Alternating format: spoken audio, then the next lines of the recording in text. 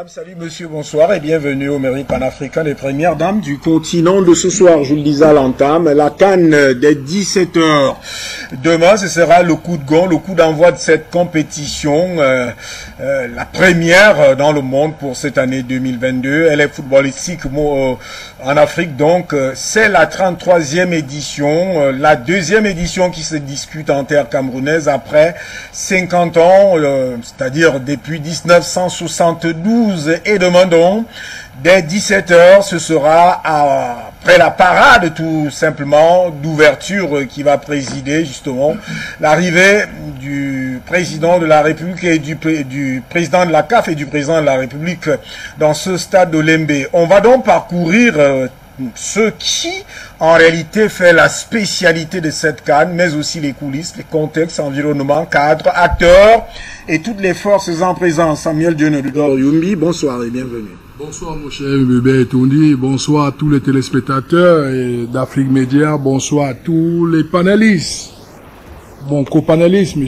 Rinjamen et tous ceux sur Zoom, et un grand bonsoir à tous les techniciens qui œuvrent depuis une décennie pour informer, apporter la contribution d'Afrique Média dans les oreilles des Africains. Aujourd'hui, nous avons en face de nous les résultats escomptés qui est cette grande messe footballistique qui se déroulera demain au Cameroun. Ce n'est pas une fête camerounaise, c'est une fête africaine, combattue par les Africains, gagnée par les Africains. Nous sommes fiers aujourd'hui d'être là aujourd'hui sur la chaîne Afrique Média, célébrer cette grande victoire footballistique qui rassemble 24 pays d'Afrique.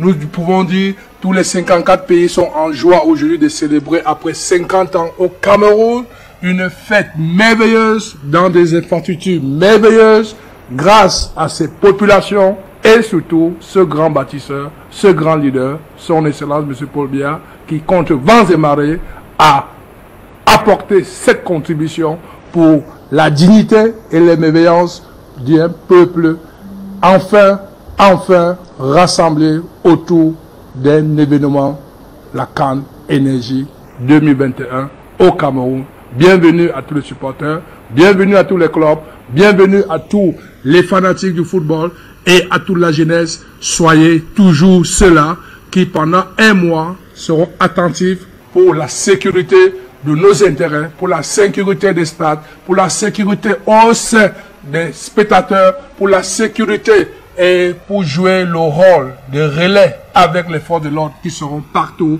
pour que cette CAN se passe dans la paix, dans la joie et dans la convivialité. Merci, monsieur Beytouni.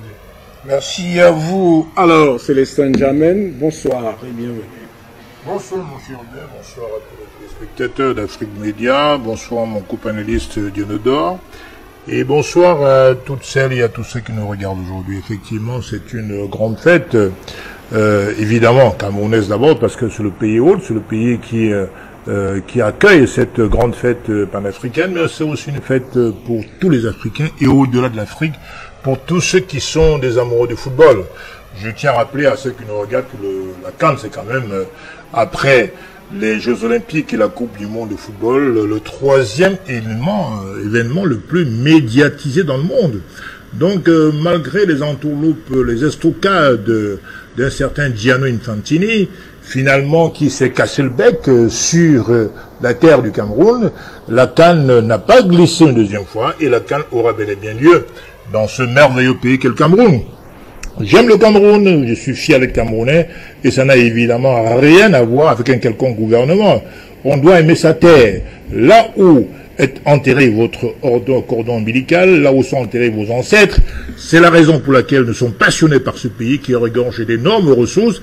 Et en matière de football, il n'y a plus de démonstration à faire. Le Cameroun s'est déjà montré depuis très longtemps, depuis si longtemps, comme un pays phare en matière de football continental et je dirais même mondial. Je rappelle que c'est quand même le premier pays africain à avoir atteint les quarts de finale d'une Coupe du Monde.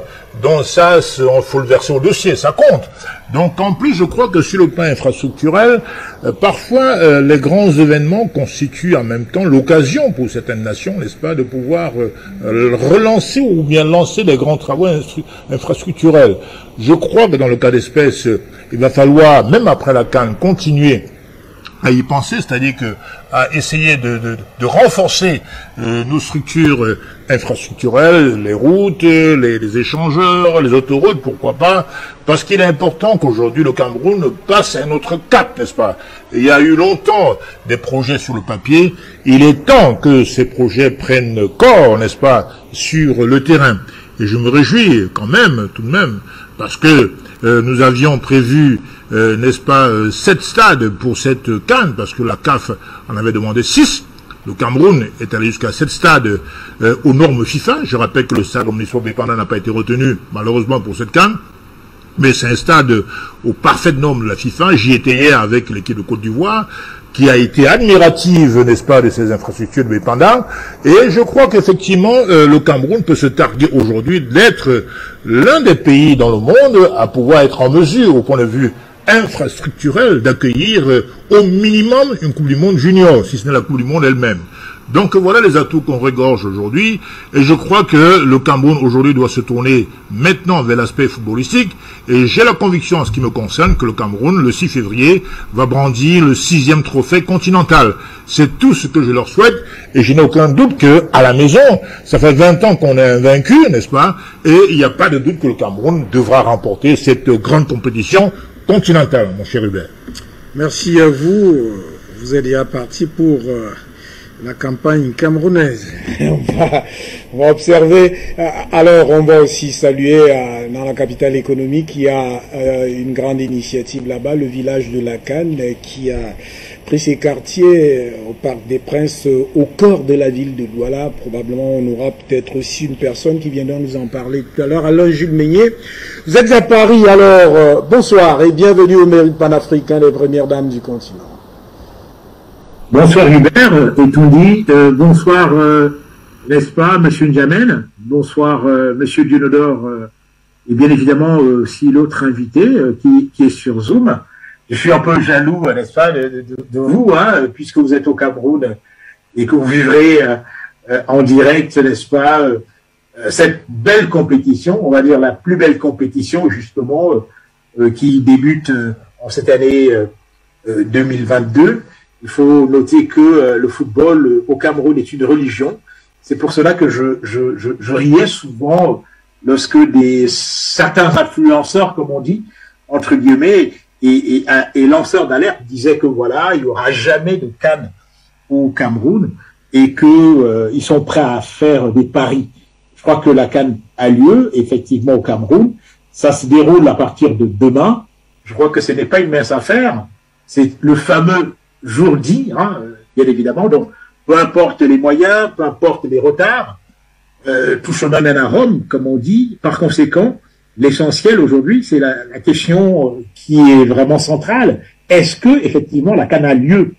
Oui, la CAN a lieu au Cameroun, et c'est vraiment une grande victoire camerounaise, il faut le dire.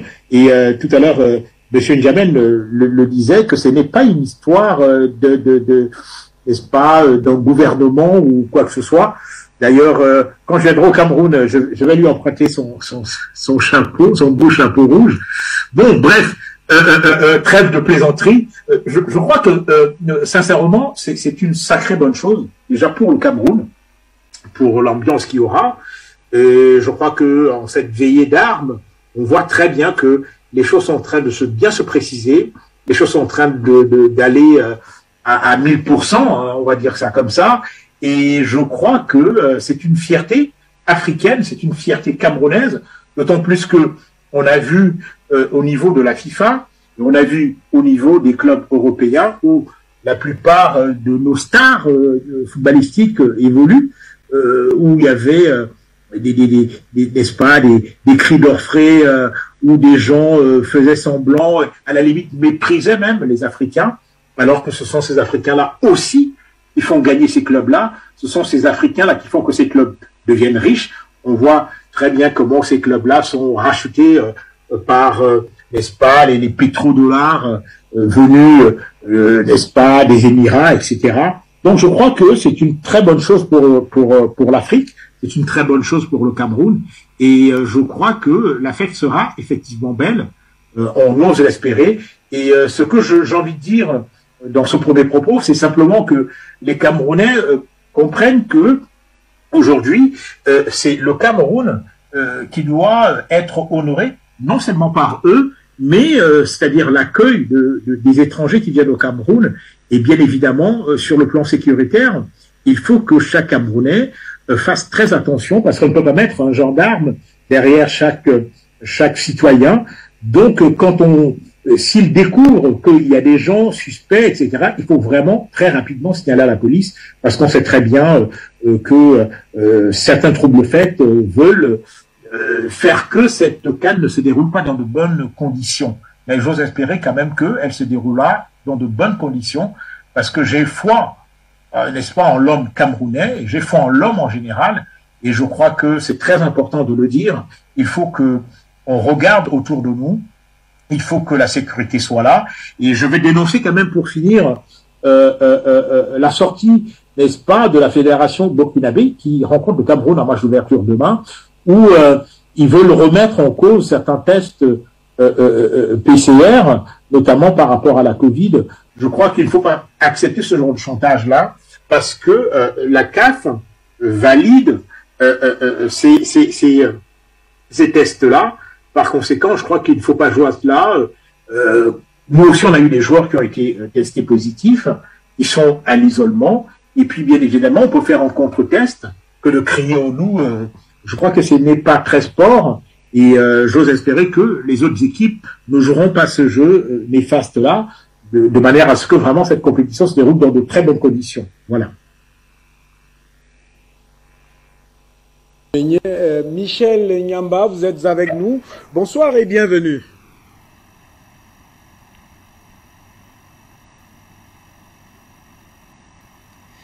Est-ce que Michel Nyamba est avec nous?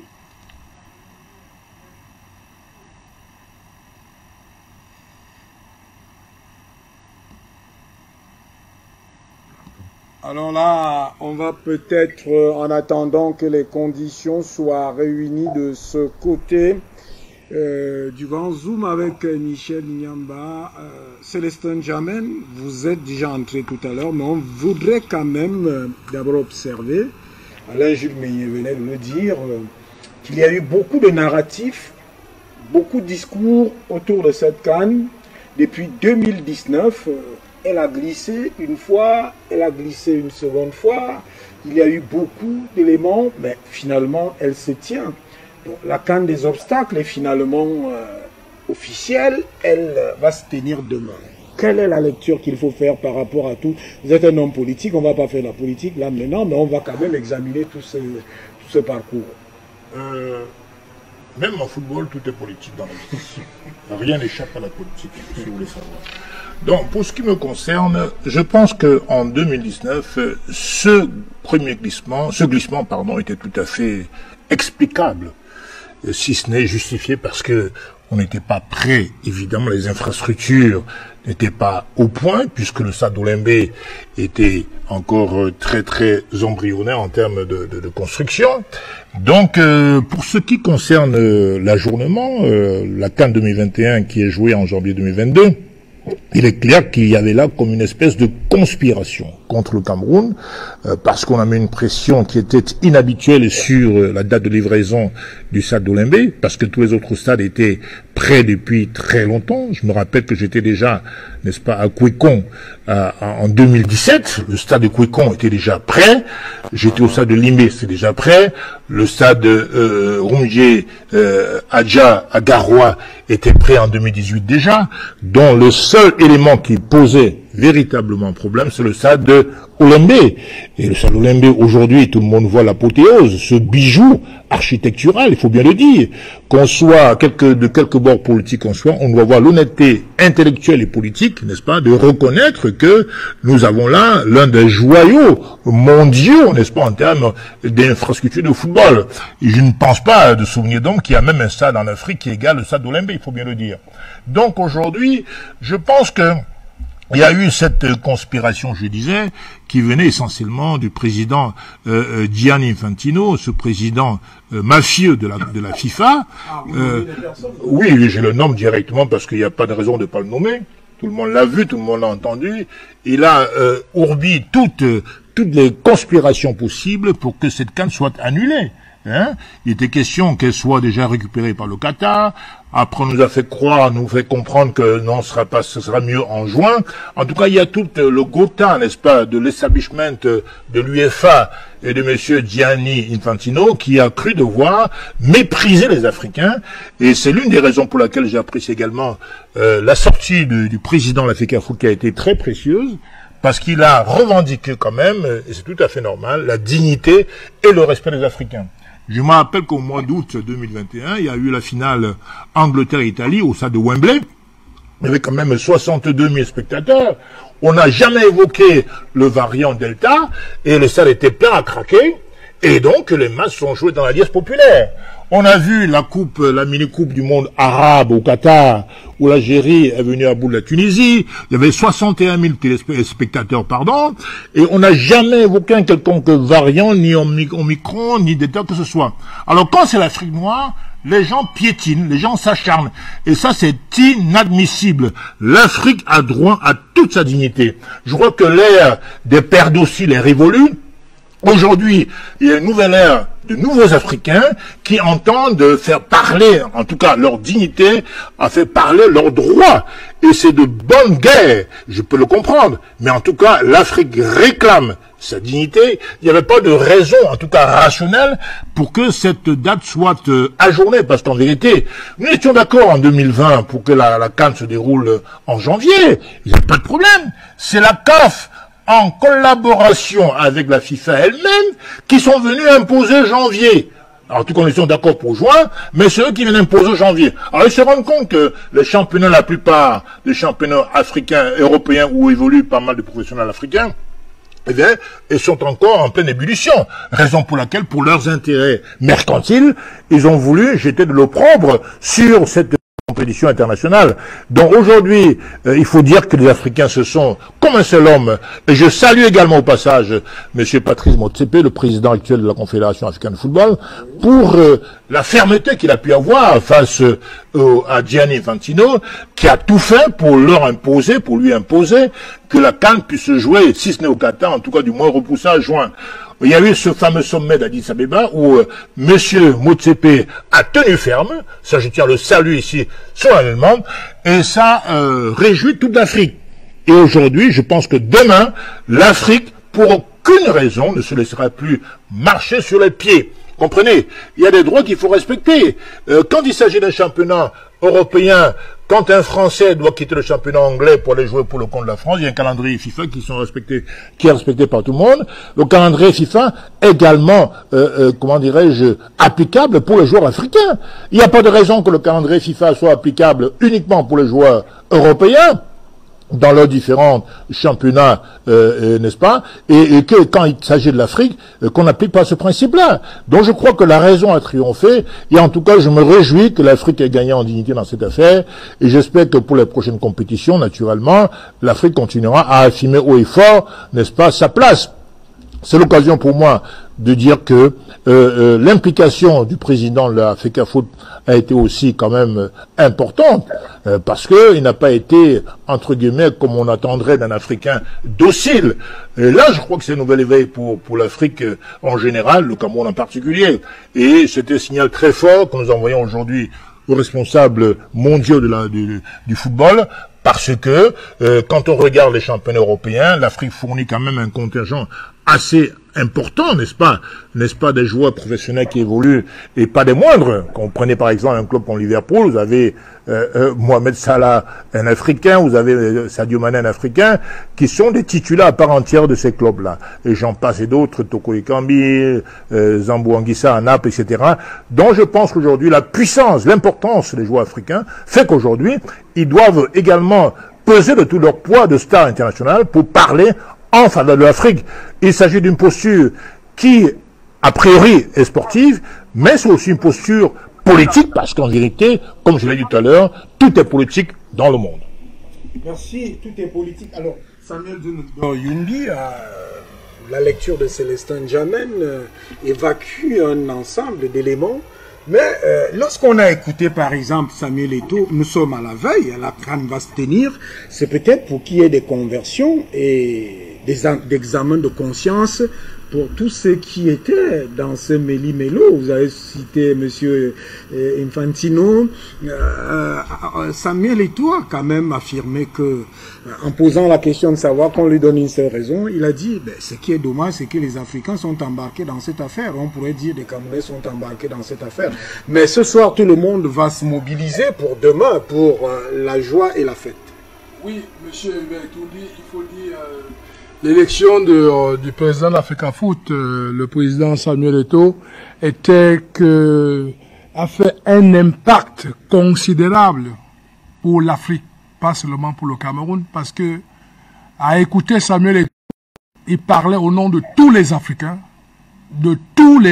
du grand continent africain, parce que quand vous voyez le vocabulaire utilisé par ce jeune président, il faut le dire, ce jeune Camerounais, ce jeune Africain, panafricaniste des premières heures que nous devons le reconnaître, il était en train de dire, ce moment-là est révolu. Aujourd'hui, l'Afrique mérite sa dignité et sa place, et il est fier d'être africain, et il doit, contre vents et marées, il doit défendre l'image de l'Afrique en tant qu'Africain, et en particulier comme Camerounais. Et de ça, nous ne pouvons pas, dans un premier temps, regarder ce que tout ce coup bas qu'il y a eu à organiser pour pouvoir déchoir l'Afrique de l'organisation de cette CAN, en particulier le Cameroun. Mais nous pouvons tout simplement nous dire, cette CAN arrive à un moment, dans un siècle, dans un moment très propice, en ce 21e siècle.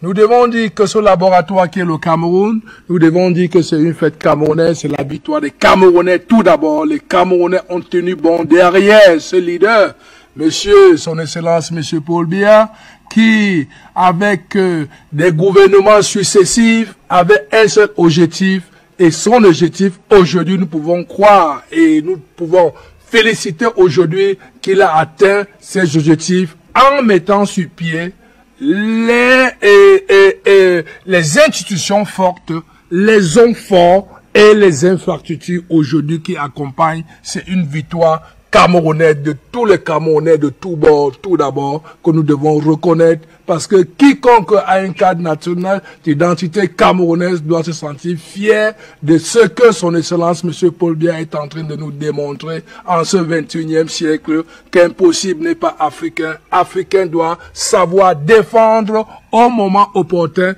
ensemble, collectivement, l'intérêt de l'Afrique, au lieu de vouloir venir détruire le bienfait qui est construit par tout un grand continent. Aujourd'hui, nous pouvons en être fiers aujourd'hui que ce qui s'est passé il y a 2 mois, nous pouvons tout simplement mettre ça en arrière et voir que l'avenir c'est quoi? L'avenir c'est la CAN qui commence demain.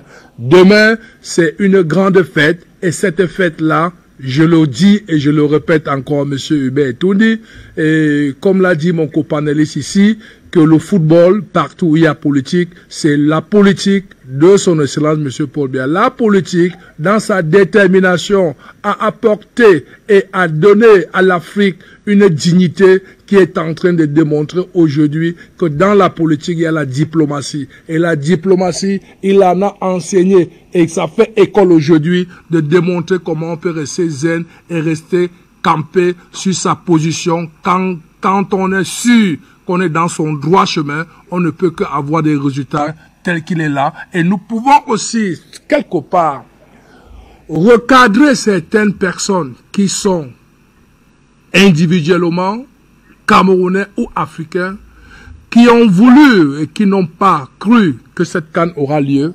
Ceux-là, nous n'allons pas les repousser, mais nous allons être fiers. Voilà, c'est-à-dire que ceux-là qui ont pensé que la CAN n'allait pas avoir lieu, justement, se sont mobilisés pour qu'elle n'ait pas lieu, il faut les accepter. Oh non, la logique aujourd'hui, c'est que le grand continent africain aime tous ses enfants, et ne serait-ce que de notre couleur de peau, nous sommes remarquables, donc nous ne pouvons pas faire la différence entre un Africain, un Camerounais et un Gabonais. Aujourd'hui, tout cela aujourd'hui, je pense que dans leur cœur, dans leur chair, ils sont fiers de tout bord politique, de tout activiste.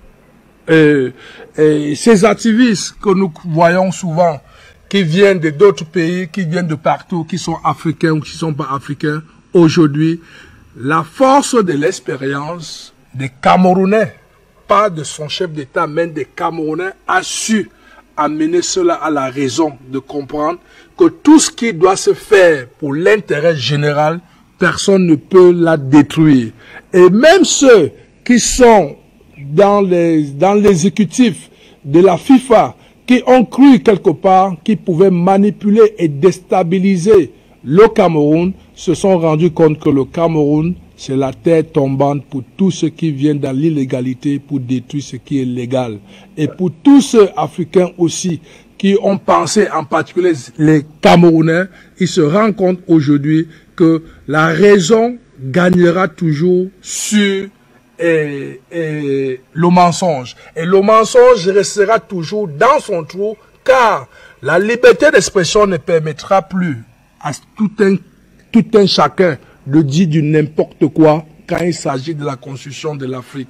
Quand il s'agit de la constitution de ces Cameroun dont nous sommes là aujourd'hui, nous sommes fiers et nous pensons tout simplement que la victoire du président Samuel Eto'o et toute l'équipe qui l'a accompagné, ils ont su apporter et engranger une détermination pour l'organisation de cette CAN que nous la verrons très belle et surtout pour après CAN. Parce que la CAN, elle est belle, mais la CAN après CAN, c'est tout. On va parler justement de CAN tout à l'heure. Merci pour que je suis par là, oui. Pour dire tous les chefs d'État africains aujourd'hui s'enorgueillent de voir ce patriarche qui est en train de laisser dans l'histoire moderne, de réécrire dans ce 21e siècle l'histoire moderne du grand continent africain en restant zen, en restant intègre, en restant celui-là qui est en train de montrer à tous les jeunes chefs d'Afrique, tous les jeunes chefs d'État africains, l'avenir de l'Afrique de demain.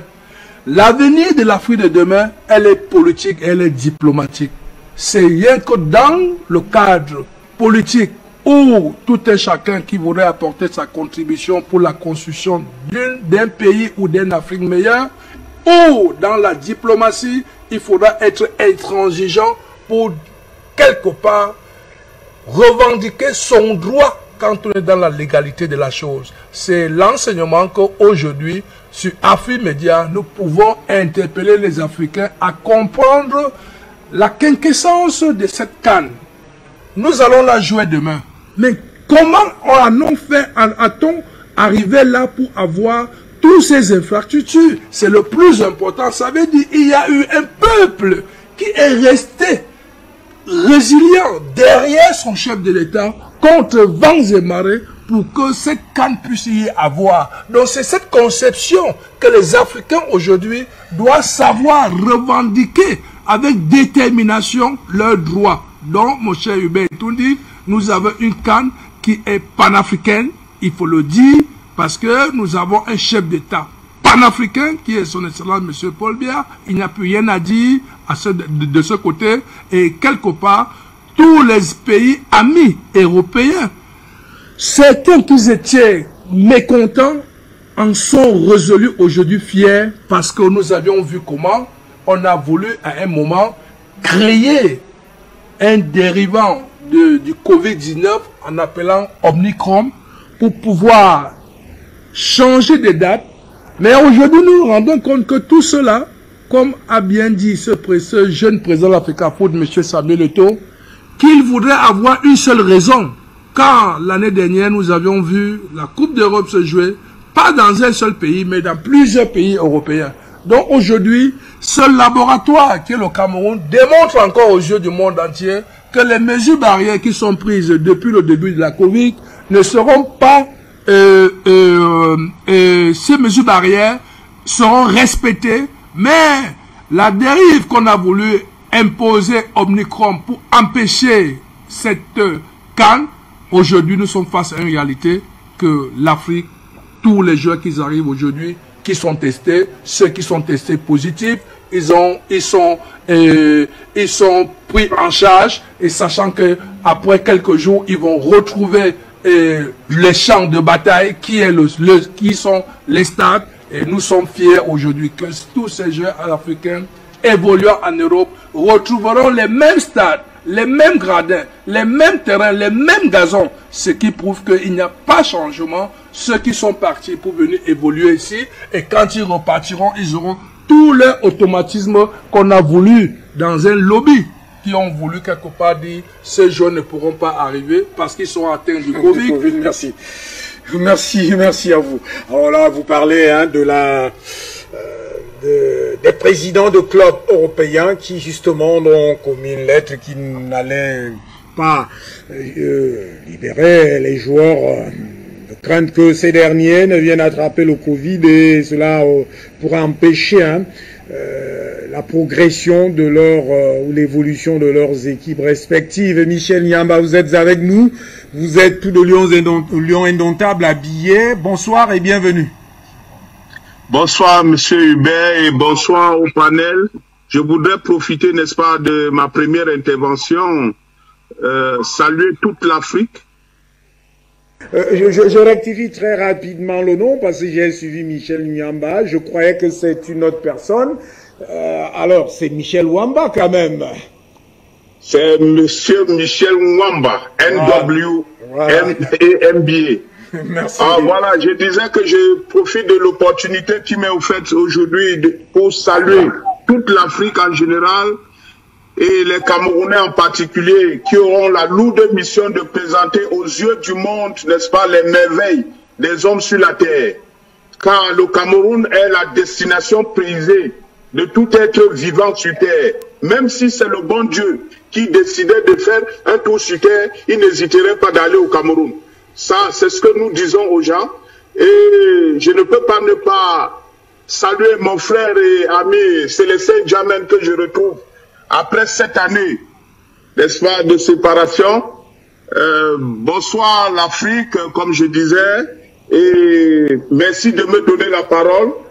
Vous savez, nous à la diaspora, on a fait un travail énorme à travers le mouvement One Cameroun, c'est-à-dire déconstruire tout le mensonge qui était porté contre le Cameroun.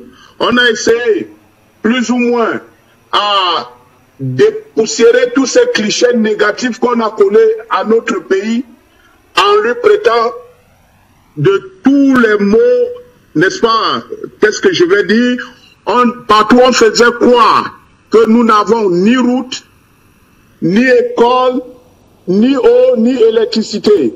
Aujourd'hui, la vérité est là. On ne peut qu'en se féliciter, n'est-ce pas, pour toutes les œuvres que le gouvernement camerounais a réalisées.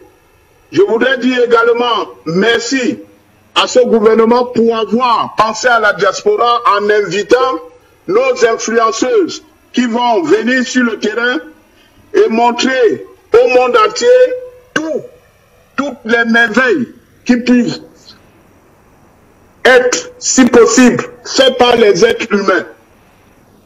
Je ne sais pas si vous m'avez posé une question par rapport à cette CAN, mais ma première intention était de vous saluer, n'est-ce pas, et vous dire bonne année pour tout ce que vous avez fait pour vos familles et le fait de se retrouver. Merci à vous, Michel Mwamba. Alors, justement, merci à vous, hein, et bonne heureuse année. Ben, quelle est l'ambiance ou le climat que vous ressentez là-bas, dans la diaspora, en rapport à cette CAN-là? Est-ce qu'il y a une mobilisation des Africains, des Camerounais? Comment ça se présente à votre niveau? Bon, déjà, vous me voyez en vert ou jaune, n'est-ce pas? C'est déjà un signe pour vous dire que nous sommes déjà dans l'effervescence de cette CAN que nous voulons offrir au monde. Et demain, si vous me passez le micro, je serai au milieu de la diaspora camerounaise, diaspora africaine, j'allais dire, et vous verrez, vous allez vivre aussi avec nous, n'est-ce pas? Comment est-ce que nous nous préparons pour fêter avec toute la communauté africaine et mondiale en particulier. Mais tout ce que je peux encore ajouter pour le moment, c'est de vous dire qu'il y a des préparations qui se font dans tous les coins du Maryland, là où je vis. Il y a plusieurs maquis de la place qui ont préparé des endroits spéciaux où les Africains pourront aller suivre la CAN. Donc, je peux dire demain, passez-moi le micro et je vais vous montrer ça des visuels. Merci, c'est compris. Alors, Alain Jules Meignet, vous êtes à Paris. On va pas quand même revenir sur cette histoire des tractations ou en coulisses ou des actions pour l'annulation. Il y en a eu plusieurs. Quelle est l'appréciation que vous faites aujourd'hui au plan international? Parce que là, vous êtes pratiquement dans un prisme international. Quelle est l'appréciation qui est faite de cet événement grandeur nature? Avec les stades, ça circule un peu partout dans le monde, avec un peuple accueillant, avec ces 24 nations africaines, ben avec tout le continent africain. Déjà, il faut quand même rappeler aux uns que le Cameroun a organisé le CHAN. Hein. Vous vous souvenez du championnat d'Afrique des Nations qu'il y a eu au Cameroun. Alors, tout le monde s'extasiait déjà devant la beauté, n'est-ce pas, architecturale du stade de Japoma. Et voilà. Donc, quand on sait que déjà, quand on présentait ce stade-là, on disait déjà que c'était le plus beau stade africain de football. Alors, quand on voit aujourd'hui les images, j'étais au Cameroun il y a pas longtemps, je suis passé à Olembe avant que tous les travaux ne soient terminés. C'est un bijou qu'on ne voit nulle part. Je veux dire, dans toute l'Afrique, il n'y a pas un stade comme celui d'Olembe qui existe. Ça, il faut le dire, hein, bien évidemment. Donc, je crois quand même qu'aujourd'hui, au niveau de la diaspora, effectivement, c'est une espèce de grand-messe, hein, c'est-à-dire que on s'attend demain à vivre, n'est-ce pas, l'ouverture de la CAN. Il y a des Camerounais qui s'invitent entre eux, venez à la maison pour qu'on voit le match ensemble, la cérémonie d'ouverture. Il y a effectivement aussi, comme Michel Mwamba disait tout à l'heure, hein, comme aux États-Unis, c'est-à-dire qu'il y a des endroits, en France ici, des maquis, comme on dit en Côte d'Ivoire, où on peut aller voir le match, n'est-ce pas? Il y a des écrans géants qui sont positionnés. Et donc, je crois que il y a une effervescence réelle, hein, et on se dit que demain, dès 15h30, avec l'arrivée du président de la République, son Excellence Wolbiya, je crois que les choses vont aller encore à l'optimum, quoi. Je veux dire que on est vraiment très fiers de cette organisation-là, d'autant plus que je reprends toujours M. Michel Mwamba qui disait tout à l'heure que les gens ont raconté tout et n'importe quoi sur le Cameroun. D'ailleurs, quand je me rendais à Olembe, j'étais surpris de voir une autoroute à 6 voies. J'étais complètement surpris. Je me suis dit, mais c'est pas possible. Est-ce que je suis au Cameroun, quoi? Et maintenant, quand je suis arrivé au stade, j'ai vu, n'est-ce pas, la majesté de ce stade-là. Je me suis dit, mais ce n'est pas possible, même vraiment. Ça, c'est quelque chose de bien pour notre pays. Donc, je crois que le reste suivra. On a relevé le défi. C'est un défi à relever. D'autant plus qu'aujourd'hui, on voit très bien ce qui se passe avec cette histoire de Covid. Et nous, vraiment, on a réussi tout. Et je veux dire quand même aux petits faussaires hein, qui sont ici ou là que il y a un centre spécial à l'entrée demain du stade de l'Embé où on vérifiera tous les passes sanitaires. Ça veut dire que si vous êtes un faux passe, vous serez pris. Donc je conseille aux gens de ne pas s'aventurer dans des choses comme ça. On a envie, il faut pas ternir l'image du pays. On a envie que les choses se passent bien et puis on reste dans la légalité la plus totale. Donc je crois que ce sont les choses à souligner et je crois que on sera vraiment tous, qu'on soit en diaspora ou au Cameroun, on sera tous, n'est-ce pas, dans l'euphorie générale pour cette compétition que nous devons gagner. C'est mon souhait, bien évidemment. Après qu'on l'ait organisée en 1972 pour les plus anciens qui savent hein, et qui ont pu voir ces matchs-là. Bon, je crois que c'est par la littérature que j'ai pu découvrir ce qui s'est passé, qui était capitaine des Lions, Emmanuel V, etc., des choses comme ça. Donc, c'est très bien. Mais aujourd'hui, je crois que nous devons relever le défi de la victoire pour qu'on puisse mettre sur notre poitrail, n'est-ce pas, sur notre poitrine, la 6e étoile. Ce serait quand même quelque chose de fort, d'autant plus que les Lions indomptables ont toujours prouvé que ils étaient un très très grand club, et considérant qu'effectivement ça fait 20 ans qu'on n'a perdu aucun match sur le territoire camerounais, j'ose espérer qu'effectivement nous allons remporter ce trophée-là pour la 6e fois, et en plus en terre camerounaise. Les Saint-Germain, et cela me permet, avant d'aller au standard, de venir à vous, c'est les Saint-Germain. Alors, au-delà de la victoire camerounaise qui est souhaitée, mais c'est quand même d'abord une fête africaine. Toutes les nations, les 24 sont là pour ce grand festin. Quel est le ressenti que vous avez en tant que panafricain pour cet événement? Faites avec tout ce qui a été rempli, cahier de charge côté Cameroun. Oui, bien sûr, vous faites bien de parler cahier de charge parce que le cadre juridique a été signé au mois de septembre par l'ancien président de la FECAFOOT, Seydou Boponjoya, dont le cadre juridique, l'accord juridique, est le document qui certifie en fait qu'un pays va enfin organiser l'événement mondial. Mais je pense qu'il ne faut pas faire trop de propagande politique. C'est d'abord un événement festif, n'est-ce pas, et sportif. Et donc, c'est l'Afrique qui doit s'en honorer, parce qu'en vérité, ce qui se passe, c'est que le Cameroun a réussi le pari d'offrir à l'Afrique, n'est-ce pas, des infrastructures de très haute qualité.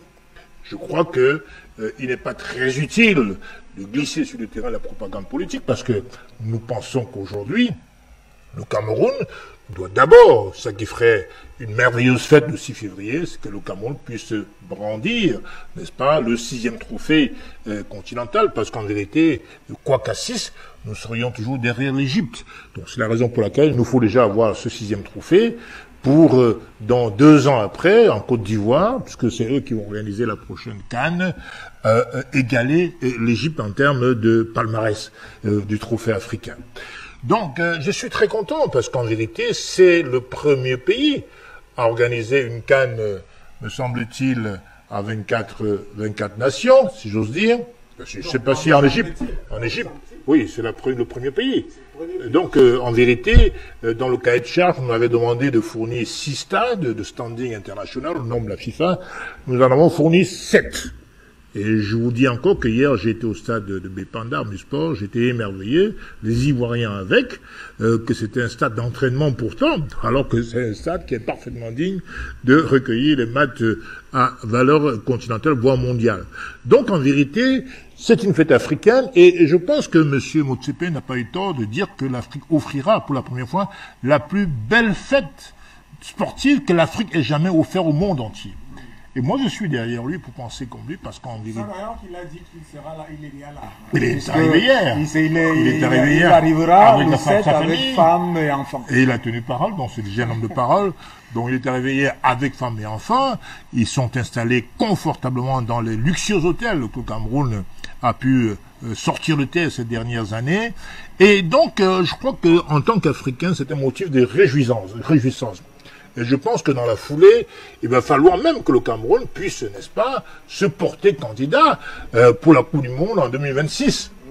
je crois qu'elle devrait se dérouler au Cameroun. Pourquoi se gêner?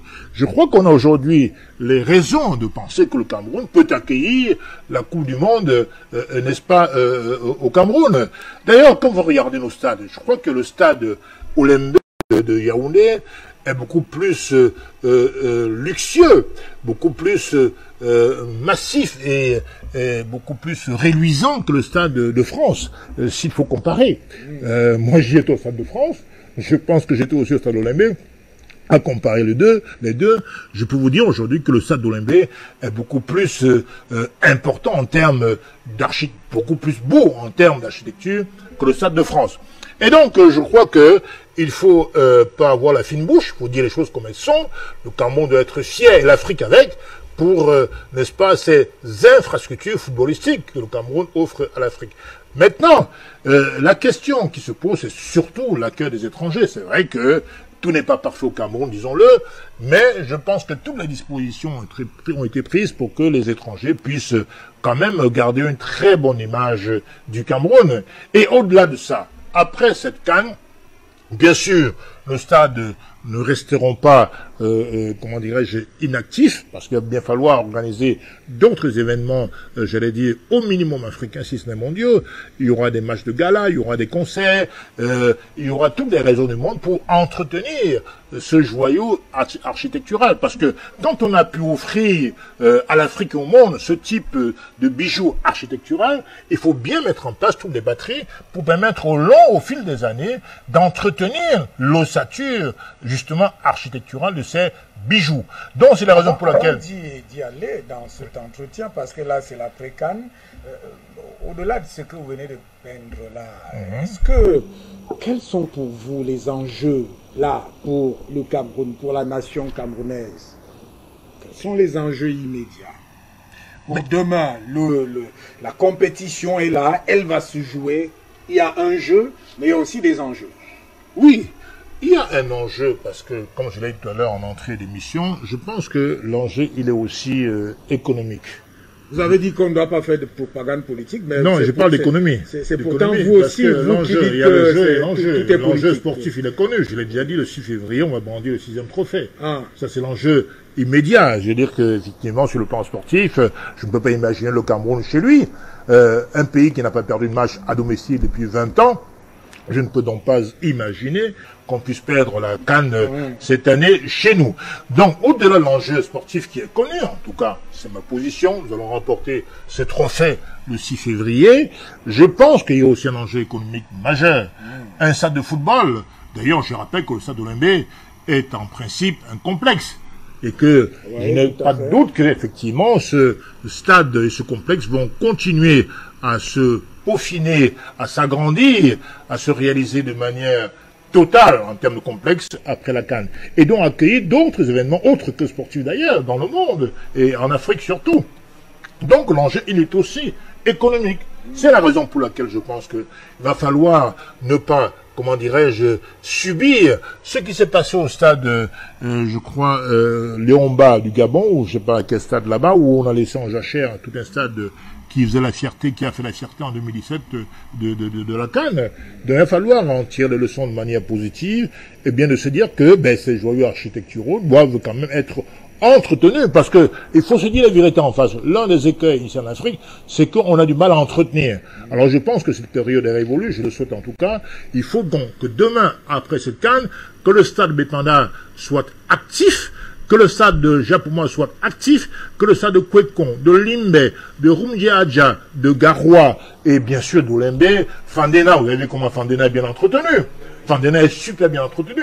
Alors tirons les leçons de Fandena, qui est un stade construit par Idjo en 1971 ou 72, et donc qui, 50 ans après, subsiste encore.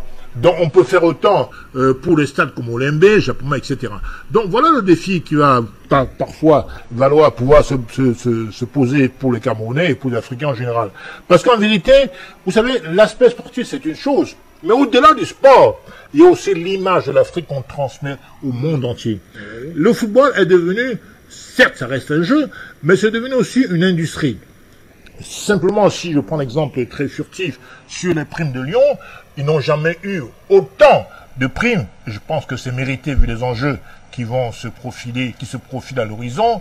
Aujourd'hui, chaque joueur entrera avec un minimum de 114 millions de francs CFA. Je crois que c'est parfaitement mérité. Et aujourd'hui, sans compter que le président Eto'o a promis des primes... 114 millions de francs CFA, qui reviendraient à chaque joueur s'ils atteignent la finale. La finale. Voilà. Sans compter, n'est-ce pas, les primes que le président lui-même, Samuel Eto'o, aurait promis aux joueurs.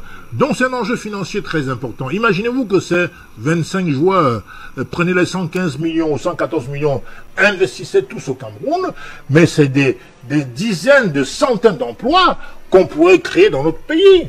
Et il y aurait un peu moins de chômage dans notre pays. C'est important de le dire, parce qu'en vérité, quand on parle de consommer camerounais, exporter davantage et importer moins, je crois que nous en appelons aussi à l'investissement local, endogène. Donc si ces joueurs de la diaspora, enfin les Camerounais qui évoluent à l'extérieur, peuvent mettre à profit tant bien que mal cet argent, eh bien je pense que ça pourrait arracher certains jeunes Camerounais du chômage. C'est très important de le dire.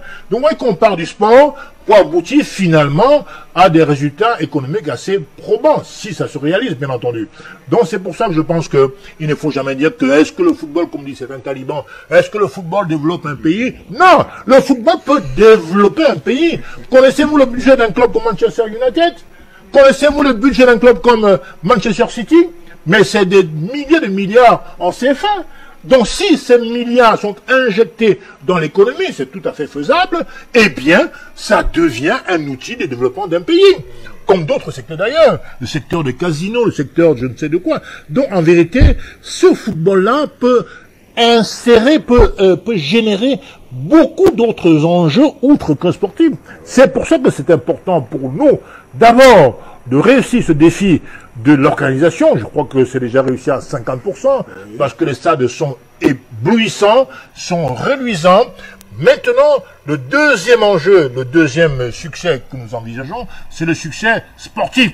Et enfin, nous espérons avoir des retombées, j'allais dire, économiques dans le pays. Merci. Et je pense qu'avec ça, l'Afrique pourra, on pourra porter un nouveau regard sur l'Afrique des hommes. Merci à vous. Alors, Samuel Dionodor Yumbi, Célestin N'Djamène pousse là une porte sur laquelle, justement, je devais vous orienter, mais pas sur ce volet. Mais maintenant, le succès populaire en rapport avec les petites activités, parce que ça va se vendre, ça va commercer, ça va se visiter. Vous avez pratiquement une idée du village de la Canne, par exemple à Douala, et des villages, ils sont nombreux ces villages de la Canne. On salue là le président de ce village-là, Richard Ebongo, mais cette association Aposlo qui a, justement, c'est une association qui a mis cette histoire en place, mais ça va se faire un peu partout, comme ça, dans les 5 villes. Et avec les 6 groupes, il y a quand même une activité qui va se déployer. Oui, commerciale et économique. Oui. Et, monsieur Bentoudi, vous avez posé la question à mon copain sur les premiers enjeux. Je pense qu'avant que nous voyons l'enjeu économique, nous devons d'abord bien regarder sur l'enjeu sanitaire, l'enjeu sécuritaire et l'enjeu sanitaire. Parce que ce sont les deux enjeux que certaines personnes de mauvaise augure ont voulu nous déchoir cette canne. Donc nous devions donc leur remettre ça en face pour leur dire l'enjeu sécuritaire, il est là jusqu'à ce que la jeunesse elle-même et sur le bien de l'association Vie et Lumière sont tous debout, et l'enjeu sanitaire qui accompagne l'enjeu sécuritaire. Ce sont ces deux qui pourront nous galvaniser à recevoir l'enjeu économique. Et l'enjeu économique ne peut que se faire si l'enjeu sécuritaire et sanitaire sont au beau fixe. Et comme nous le savons qu'aujourd'hui, l'enjeu sécuritaire et sanitaire sont au beau fixe, nous pouvons maintenant prétendre à l'enjeu économique et socio-culturel. Parce que l'enjeu économique et socio-culturel, c'est un atout. L'image du Cameroun que beaucoup ont tenu depuis 2016. Et cette image que pas plus tard encore, à Bruxelles, nous avions vu certains délinquants sur la complicité de leur pays d'accueil pour pouvoir tenir encore l'image du Cameroun nous pouvons penser que cette CAN vient redorer la quinquessence de la stabilité qu'il y a au sein des Camerounais. L'enjeu socio-culturel, c'est que nous avons un pays qui, quelque part, compte près de 360 ethnies. Et ces 280 ethnies, ces 280 ethnies, nous les retrouvons au sein de tous ces footballeurs, tous ces joueurs qui vont taper, qui vont descendre sur le terrain demain, qui démontrent la cohésion sociale et la valorisation socio-culturelle qui rassemble les Camerounais pour pouvoir vendre ensemble l'image du Cameroun. Et par-dessus, nous avons l'enjeu économique aujourd'hui qui est que tous ces pays, toutes ces communautés qui seront sur au dehors pour pouvoir valoriser la culture camerounaise pourront présenter aussi ce qu'ils ont comme matière à revendre aux touristes qui vont arriver découvrir le Cameroun pour la première fois, ce qui va ramener, engranger beaucoup d'économies, surtout les devises que le Cameroun en a besoin aujourd'hui, tellement besoin que nous ne pourrons qu'être satisfaits que le plein du stade soit fait par la protection sur la sécurité sanitaire pour que cet événement qui est là... Alors, quand vous dites le plein des stades, moi je voudrais quand même qu'après cela, on revienne dans cette activité commerciale qui se passe un peu, qui va se passer un peu partout. Mais quand vous dites le plein des stades, est-ce que cette question du vaccin n'est pas un frein? Vous avez l'impression que avec le vaccin, ça va faire le plein des stades? Oui, parce que... C'est-à-dire comme obligation. C'est pas une obligation, mais les Camerounais sont assez matures et responsables pour le respect, pour pouvoir se faire vacciner, pouvoir faire des tests PCR, pour tout simplement se rendre au stade. Alors, on ne pourra pas voir des Camerounais qui vont se lever sans vaccin, sans test pour se retrouver au stade. Quelque part, aujourd'hui, nous pouvons nous rassurer sur ce plan sécurité et sanitaire. Voilà pourquoi j'ai dit, il y a ce plan qui est un enjeu majeur parce que nous voulons le plein des stades. Et il faudrait que les populations... On va quand même se dire des vérités. Je vous relance tout simplement. On va se dire des vérités qu'il y a des gens qui sont allergiques au vaccin et qui n'en veulent pas. Non, le Cameroun est un pays fanatique au football. Prenez le Cameroun comme le Brésil.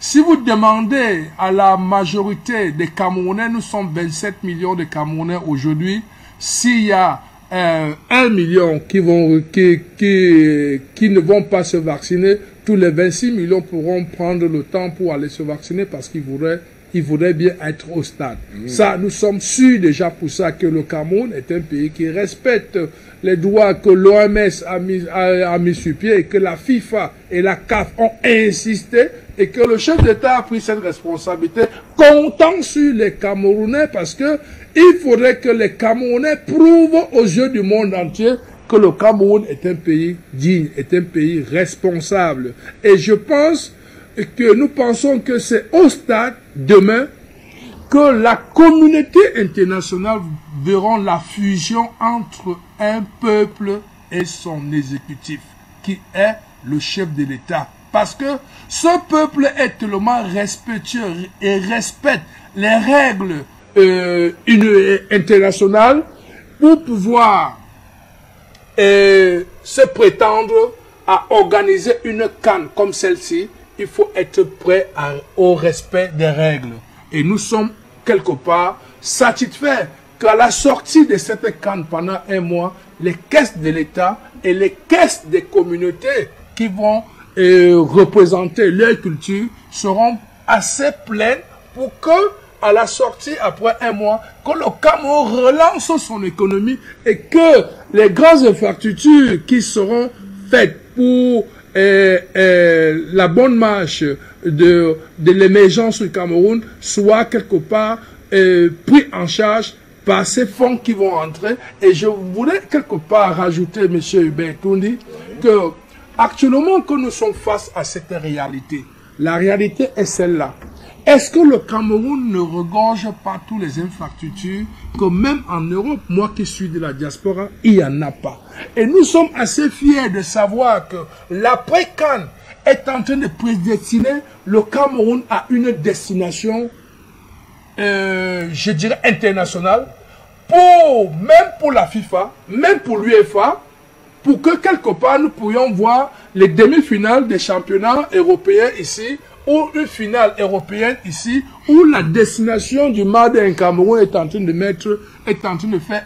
mettre son label au niveau international. Et je viens ici féliciter l'élection de M. Samuel Eto'o et de toute son équipe qui est soutenue par des experts footballistiques comme le président directeur général d'Afrique Média, M.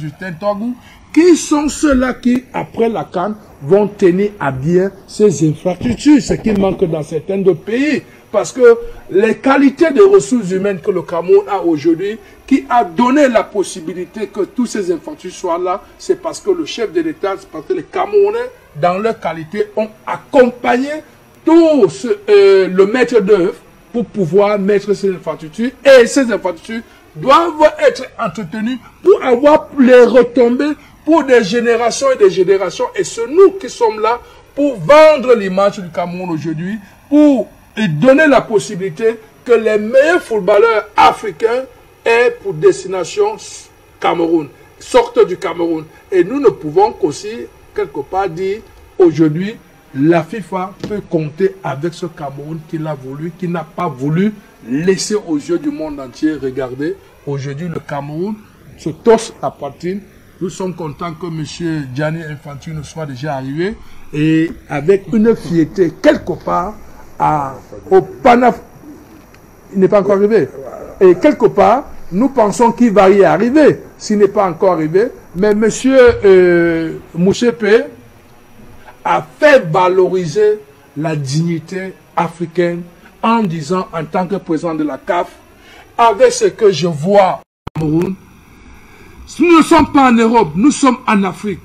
Dans un pays considéré auparavant comme un pays du tiers-monde qui, quelque part, caché, a pu sortir par la grande porte pour démontrer ce qu'elle a fait depuis 3 décennies. C'est ça, la dureté sur un pouvoir. Beaucoup ont souvent dit, on dure longtemps au pouvoir pour ne rien faire. Mais voici aujourd'hui que ce pays qui nous apporte la démocratie, que c'est un mandat, tu t'en vas, c'est pour cela qu'ils travaillent mal et que le peuple peut sanctionner. Mais au Cameroun, nous avions vu que pour que un pays se développe, permettez-moi, M. Hubert Toundi, oui, il faut quelque part, un chef d'État doit avoir le temps pour déconstruire ce que le colon a sémé et pouvoir mettre sur pied, construire, concevoir une nouvelle vision politique pour son développement et sa sécurité. C'est ce que nous avons eu aujourd'hui au Cameroun. C'est ce que la Russie aussi a quelque part modifié sa constitution pour que M. Vladimir Poutine puisse aller de l'avant. En Chine, c'est pareil. Donc aujourd'hui, l'exemple... On va revenir à vous. On va très rapidement au standard parce qu'ils sont très nombreux et ils se bousculent pour participer à cette édition pratiquement consacrée à la CAN. C'est vrai qu'en seconde détente, on va essayer de voir ce qui se passe au Mali. On en avait parlé hier. Alors, au standard, on prend le premier appelant qui se pointe. Monsieur ou madame, vous connaissez le code d'accès, vous votez, vous contribuez.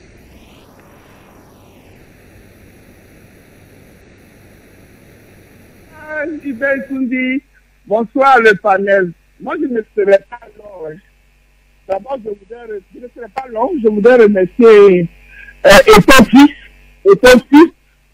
pour tout ce qu'il fait pour les Camerounais, les jeunes footballeurs. Je voulais remercier Eto'o. C'est comme ça aussi en Côte d'Ivoire, on veut Drogba. Et les méchants ivoiriens là, les méchants du gouvernement ne veulent pas que ce homme-là soit à la tête de la FIFA. Je voudrais poser une question au monsieur qui est assis là, qui parlait de vaccins. On dit qu'ils ont baissé les faux vaccins en Côte d'Ivoire. Est-ce que vous ne pouvez pas faire le test la moins chère, au lieu de faire 50 000 francs, les gens font le test, et puis s'envoient au stade, au lieu de faire le vaccin pour tuer encore les gens. L'OMS est venu pour tuer les Africains. Mais vous avez parlé d'accès. Faites le test à 1000 francs aux gens, au lieu de faire à 50 000 francs pour tuer vos bouchons. Faites le test, ils vont faire le test le jour, le samedi, ou bien le samedi, ou bien le même jour, il y a des tests, on fait le même jour aussi, on a le résultat. Faites le test le même jour aussi, ça va au terrain. C'est très simple, vous allez faire le vaccin encore pour tuer encore combien d'Africains. Ok, je vous remercie pour tout ce que vous faites, parce que je vous dis que je ne serai pas long. Merci. Bye bye. Ouais, ben, vous n'avez pas voté le code d'accès. C'est le mérite panafricain des premières dames du continent. Vous votez quand vous arrivez, vous contribuez. Un autre appelant derrière.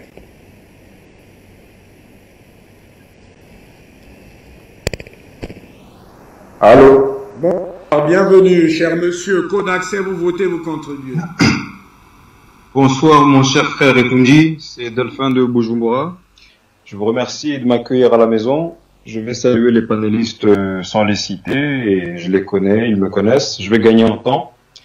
Donc, vu qu'on parle du Cameroun, j'adresse bien sûr mon vote à la première dame du Cameroun, ainsi qu'à ses homologues de l'ensemble des pays d'Afrique centrale, donc entre Bujumbura jusqu'à Bata, sans oublier la première dame d'Éthiopie, de Madagascar, du Sénégal, et pour la soutenir, Madame Goïta.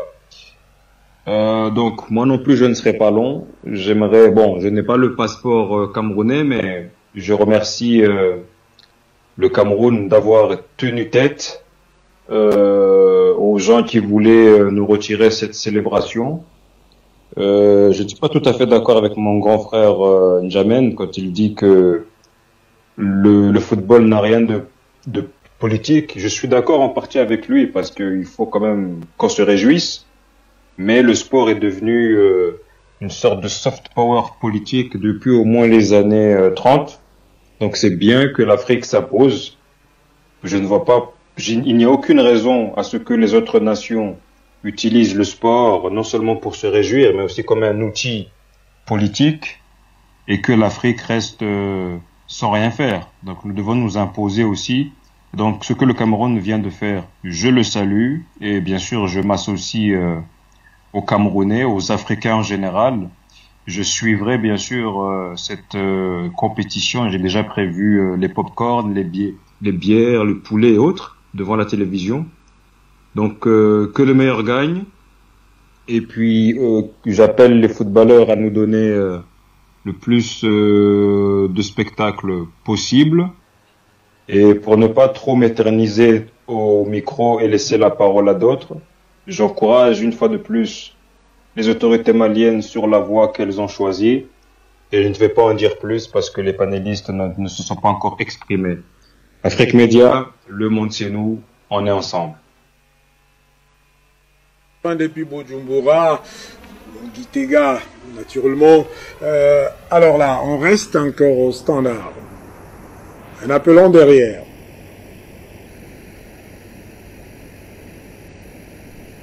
Bonsoir mon cher frère. Bonsoir à tous les autres.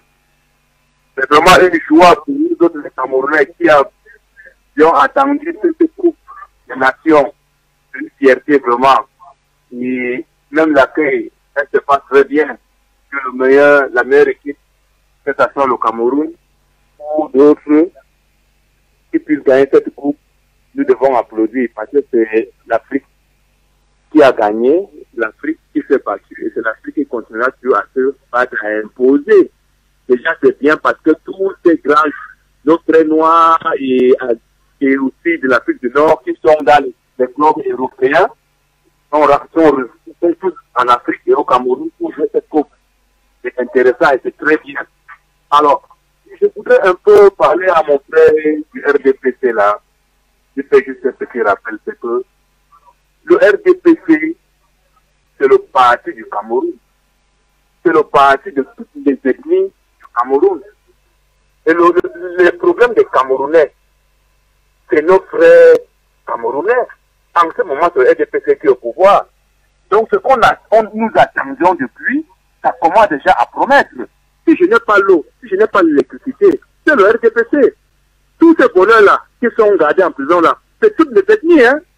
Je porte le RDPC, ce n'est pas peut-être parce que c'est tel, non, c'est parce que c'est le seul parti qui représente tous les ethnies du Cameroun. Après le RDPC, c'est l'UPC, qui est le parti nationaliste des Camerounais. Ça veut dire que le RDPC passe l'UPC. Après l'UPC, c'est le MMP du président Bandakani, qui est un parti panafricaniste, patriote. Donc c'est pour dire que ce qu'on attend du RDPC, c'est le travail. Peu importe qui va venir à la tête du RDPC, parce que ce sont ceux qui nous mettent dans les problèmes. Si nous sommes dans la joie ou nous sommes dans la misère, le RDPC, il est maintenant temps qu'on s'asseye pour qu'on fabrique notre propre monnaie au Cameroun. Et on accompagne avec le MAD, mais in Cameroun, qu'on fabrique nos produits camerounais, on les exporte aussi. Donc en ce moment, c'est la monnaie qu'on a besoin. Et bravo à notre armée, bravo à la population camerounaise qui commence à comprendre. Et bravo surtout à Afrique Média, qui est un centre de gravité pour nous et d'autres chaînes panafricanistes. Il n'y a que Dieu, hein. Excusez-moi de vous dire ça en ce moment. Hein. Le premier c'est Afrique Média, le deuxième c'est IBS de Papa Dampoulou. Le reste là, c'est la comédie qu'ils sont en train de nous présenter. Donc bravo à vous, mes chers frères Hubert et Tundi, aux techniciens, à tout le monde qui fait partie pour que nous ayons notre canne. Parce que beaucoup ne pourraient pas connaître que nous ayons cette canne. Je manque à la bougade. Merci Jamal. On reste au standard, sauf que vous n'avez pas voté. Je crois bien. Code d'accès, vous votez, vous contribuez.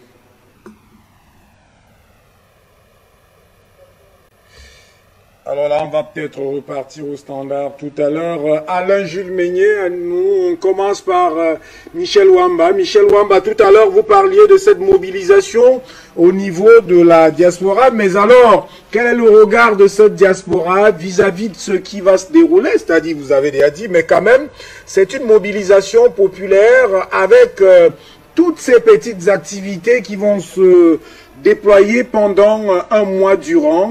C'est quand même une activité qui intéresse la diaspora. Il y a eu pratiquement des descentes, des personnes de la diaspora qui sont pratiquement ici.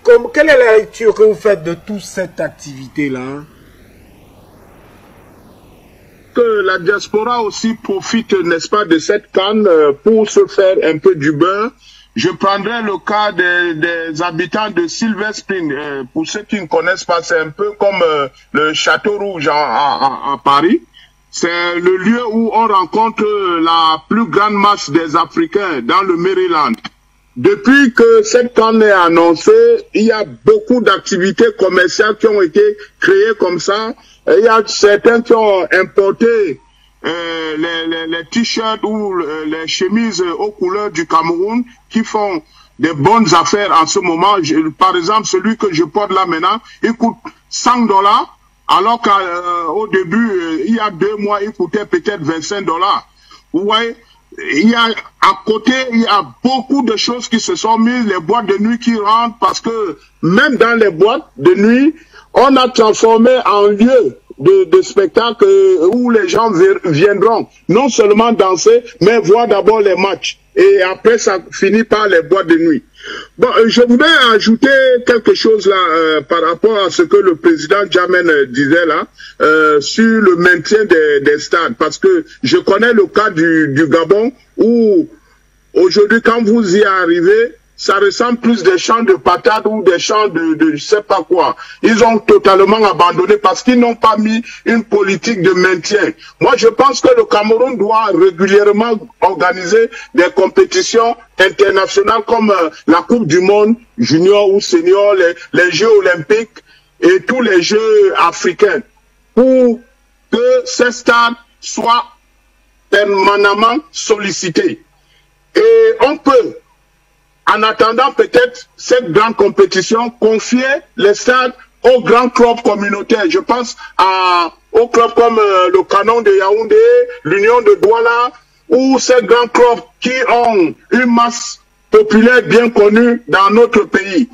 Et un autre enjeu de cette CAN, c'est peut-être que vous ne savez pas, il y a trop d'espions qui vont arriver au Cameroun. Pourquoi? Parce que quand vous regardez la carte du monde, la carte sanitaire du monde, partout, vous trouvez des couleurs rouges, orange et consort pour expliquer l'impact que le Covid a eu dans ces pays. Mais une curiosité, c'est que le Cameroun est l'un des rares, ou je dirais même le seul, où on trouve du blanc. C'est-à-dire que nous avons le pays qui a le moins d'impact de Covid dans le monde. Et ça, c'est une curiosité où les scientifiques veulent ou viendront essayer de comprendre quel est ce phénomène. Et vous pouvez vivre ça au quotidien. Pourquoi? Parce que quand vous allez dans les grands milieux populaires, je pense à Ndokoti, ou les grands marchés de Yaoundé, Douala, Garoua, Bafoussam, les gens ne portent pratiquement pas des masques, ils circulent et il n'y a pas d'hécatombe comme annoncé par l'OMS. Donc, il y a des espions qui arrivent dans notre pays, ils voudront savoir comment nous faisons pour vivre sans avoir de grandes masses de contamination. Bon, pour revenir à la diaspora, Monsieur Hubert, je préfère demain vous montrer la réalité sur le terrain parce que les Africains sont prêts et le Cameroun en particulier va montrer aux yeux du monde le savoir-faire de l'homme africain. Parce que nous avons un message à travers cette CAN à passer au reste du monde. Puisqu'ils nous ont souvent demandé qu'est-ce que nous, Africains, nous apportons dans la contribution ou l'évolution du monde. La CAN sera la réponse concrète aux œuvres des Africains. Et ils apprendront à venir chez nous chercher les ressources quand il faut, car leurs pays sont totalement pollués. C'est pourquoi on meurt par milliers partout, sauf au Cameroun, voire dans les pays africains. Donc, les impacts économiques sont là, les impacts scientifiques sont là. Nous, à la diaspora, nous profitons largement parce que les gars travaillent et contribueront à leur manière à émerger ou alors placer le Cameroun au firmament des grandes nations de ce monde. Et nous l'avons déjà aussi prouvé à travers les infrastructures qui sont de renommée mondiale. Je signale que le Cameroun a l'un des rares stades, il y a comme ça 6 dans le monde, qui ont des héliports. C'est-à-dire que le président peut atterrir en plein stade par hélicoptère. Seuls les stades comme celui de Olembe et quelques rares comme celui de Bayern de Munich ont cette opportunité. Et c'est quelque chose de spécial. Donc, rassurez-vous, recontactez-moi demain et je vous ferai vivre les réalités en direct. Merci. Wamba, on va certainement le faire. La journée de demain d'ailleurs est consacrée à cette CAN. Alors, je me dois de vous donner, peut-être je vais faire réagir chacun d'entre vous dans cette affaire. C'est un communiqué du délégué général à la Sûreté nationale qui est donc chargé des opérations de billetterie que des individus mal intentionnés seraient en train d'informations bien introduites, seraient en train de vouloir scanner les billets d'accès au stade. Alors, le délégué général à la Sûreté nationale, Martin Barganguele, et tous ceux qui sont en service de sécurité pour justement cette opération de billetterie, rappellent au public et à tous que les billets d'accès à tous les stades sont hyper sécurisés et ceux qui vont s'aventurer vers les billets que sont en train de tramer de faire les faussaires seront pris tout simplement et il n'y aura aucune excuse. Alors c'est bien dit. Alain Jules Meignet, alors peut-être vous allez réagir dans cette affaire des billets sur ce communiqué qui a été signé aujourd'hui, hein, c'est 8 justement janvier 2022 par rapport à cette situation, mais aussi à tout ce déploiement, par exemple de la diaspora et de cette économie, ce petit commerce qui va se déployer dans cette fête populaire. Ça, c'est la fête côté populaire. Alors, quelle est la lecture que vous faites de tout cela? Ah, écoutez, contrairement à ce que beaucoup de gens croient, hein, ceux qui disent que le football n'apporte rien, je crois qu'ils n'ont rien compris à l'enjeu, ils n'ont rien compris réellement au business football. Alors, si on reste dans le business football, on va se dire que sauf les joueurs gagnent de l'argent. Mais non, il y a ce qu'on nomme les à côté, notamment par rapport à cette CAN que le Cameroun organise. Il faut savoir que il y a des gens qui ont construit des hôtels. Donc ça veut dire que quand on a la chance d'être coopté, hein, on va dire par la CAF, passez-moi l'expression, ça les reprend votre hôtel et tout, ça vous rapporte de l'argent. Lorsque, par exemple, il y a beaucoup de gens qui ont construit des maisons, comment on les nomme là, je perds un peu le nom de ces maisons-là, où des gens louent, hein, n'est-ce pas, les meublés, voilà, les meublés. Je crois que c'est bien ça. Donc, beaucoup de gens ont construit des meublés. Il y a plusieurs étrangers qui seront dans ces meublés-là. Ça rapporte de l'argent à la personne, forcément à son entourage. Et il y a des gens qui se sont mis ensemble pour faire ce genre de choses-là. Il y a des gens qui vont vendre des produits à la sauvette. Ils vont gagner aussi de l'argent. Et je crois que c'est une manne assez considérable qui aura au niveau du Cameroun. Et ça, c'est très important. Je ne parle pas des transporteurs, etc., etc., quoi. Donc, il y a vraiment beaucoup de choses autour de cette CAN-là. Et sur le plan économique, ça va réellement apporter beaucoup de choses au Cameroun. Et voire même, vous savez, c'est quand même un mois, hein, donc ça peut apporter effectivement le développement. C'est-à-dire que on a développé déjà des infrastructures. Ici maintenant, vous savez, comme vous avez fait un investissement, il faut que vous puissiez gagner après de l'argent. Mais figurez-vous que si vous allez construire un hôtel et que finalement cet hôtel est pris, ça n'est par rapport à la CAN, voyez-vous, forcément au bout d'un mois, si les équipes sont logées à l'intérieur, vous allez plus ou moins avoir au moins une bonne partie des frais investis. Donc je crois que c'est très important. Et bien évidemment, on parlait tout à l'heure de ce communiqué du délégué général à la Sûreté nationale. Je crois qu'il faut que les Camerounais comprennent une chose, c'est que les temps sont révolus. Aujourd'hui, presque tout est sécurisé. Il me souvient, vous savez, j'étais arrivé au Cameroun en 2016, il y avait le championnat féminin de football africain, et effectivement, un jour, je me suis dit, bon, je vais aller au stade, je croyais que les billets étaient vendus au stade, et j'ai acheté un faux billet dans la rue, et quand je suis arrivé là-bas, les billets avaient un cachet. Et je n'ai même pas remarqué, et quand j'ai voulu entrer au stade, on m'a bloqué.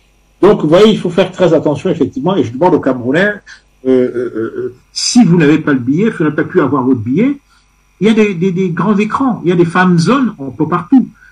Pour Yaoundé, que je connais très bien, on sait qu'il y a un fan zone, justement même à Olébé-même, il y a un fan zone du côté de l'hôtel de ville. Allez regarder le match à la télévision.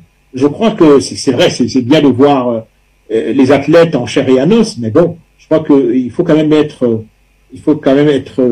un peu prudent, parce que sinon vous allez passer un très mauvais quart d'heure, ça ne sert absolument à rien.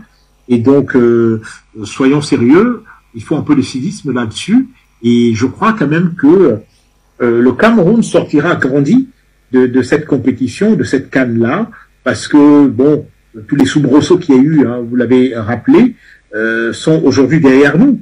Et donc, maintenant, il faut que ce soit vraiment impacté sur le terrain, de manière à ce que, vraiment, le Cameroun fasse honneur à l'Afrique. Vous savez, le monde entier nous regarde. On a parlé tout à l'heure d'Infantino, qui voulait à tout prix que cette CAN soit reportée en juin. On a vu les clubs européens qui ont, à la limite, méprisé, n'est-ce pas, les Africains, les joueurs africains qui participent, parce qu'il faut rappeler quelque chose. Selon les règles de la FIFA, les joueurs devaient être libérés le 27 décembre dernier.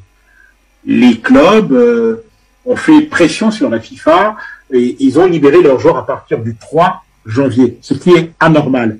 Je me pose la question de savoir pourquoi la FIFA n'a pas sanctionné ces clubs-là. Vous comprenez pourquoi la FIFA n'a pas sanctionné ces clubs-là. Je crois que il faut arrêter ce genre de choses. Et puis un petit rappel avec, je le disais tantôt, ce que le Burkina Faso est en train de faire. Il faut quand même rappeler une chose, les tests que pratiqués sur les athlètes, qui sont pratiqués sur les clubs qui sont là, les pays qui sont là, sont faits par la CAF, qui a choisi un laboratoire étranger. Donc, rien à voir avec le Cameroun. Parce que j'ai lu tout à l'heure le communiqué du ministre burkinabé, peut-être qu'il n'est pas au courant, burkinabé des sports, qui disait que voilà, ils ne vont pas livrer leur match de demain. Match d'ouverture, vous vous rendez compte de ce désordre-là. Et donc, il faut rappeler à ces gens-là que ce n'est pas parce que il y a eu 5 cas positifs de Covid-19 que c'est une manigance camerounaise. C'est la CAF qui gère ces tests-là. Il faut que le monde entier le sache. Et Dieu merci, je suis sur Afrique Média, n'est-ce pas? Le monde est à nous. Et par conséquent, il faut que les gens sachent ça. Il faut que les Burkinabés qui nous regardent aujourd'hui comprennent que après la sortie malheureuse, je crois, d'un de leurs représentants qui voulait que cette CAN soit reportée. Aujourd'hui, c'est la délégation qui, n'est-ce pas, est en train de jouer à la Vierge effarouchée en criant que voilà, nous n'allons pas jouer parce qu'il y a manipulation sur les tests Covid de nos joueurs et nous n'allons pas livrer ce match-là. Je crois que c'est pas sportif de faire ça et j'ose espérer qu'ils retrouveront la raison d'ici demain pour que vraiment la fête commence de bien belle manière. Sinon, ce serait vraiment triste que le match d'ouverture contre le Cameroun soit un fiasco parce que les Burkinabés ne vont pas au terrain. Et ce n'est pas le Cameroun qui a créé, n'est-ce pas, la Covid. Et bien évidemment, je rappelle encore une fois, pour chuter, que ce n'est pas le Cameroun qui fait ces tests-là, c'est bien la CAF qui fait ces tests-là, d'autant plus que lors de la CHAN, on avait critiqué le Cameroun. Et finalement, la CAF a pris les choses en main. Et aujourd'hui, c'est la CAF, via un laboratoire étranger, qui gère ces choses-là. Voilà.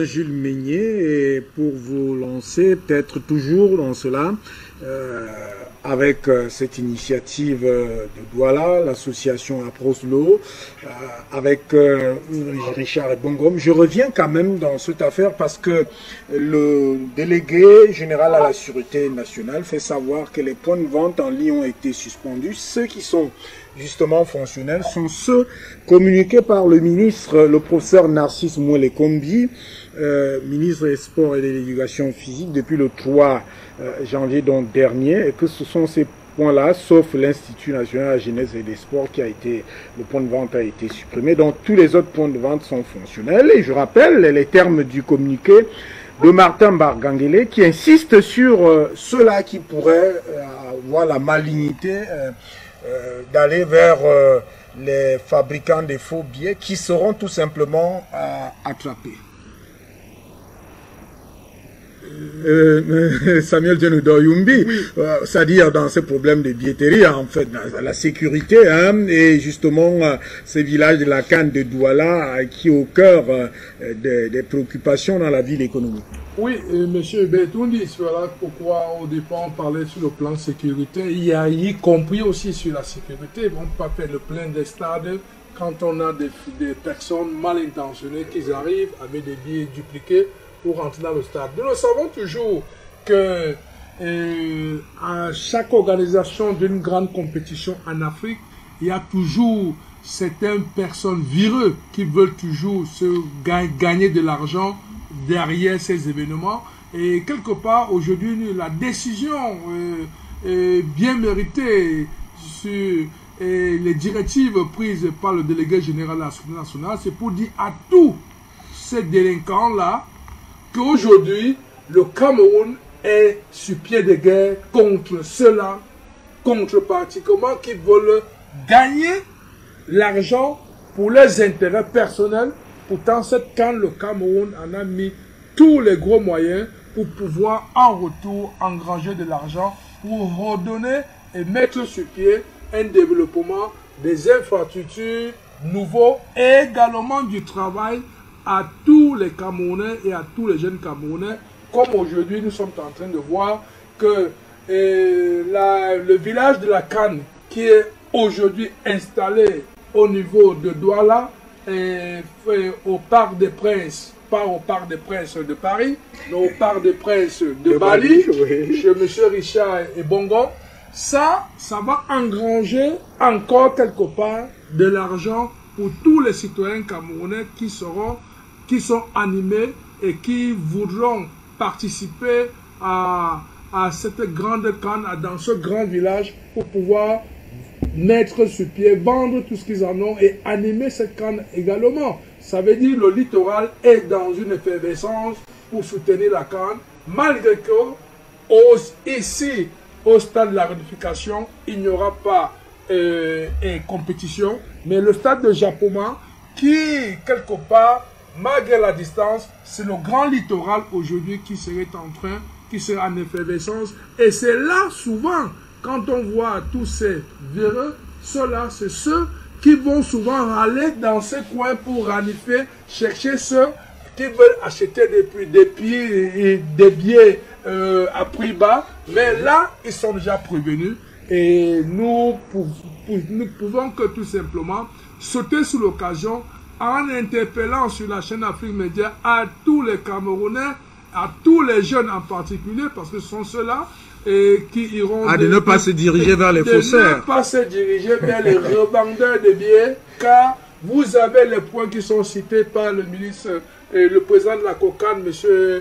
Moulin Kombi, qui vous a déjà situé dans une liste où vous pouvez vous diriger, acheter un billet conformément, parce que l'argent du billet que vous achetez, c'est le Cameroun qui va réinvestir encore cet argent pour la création d'emplois, pour le développement du Cameroun.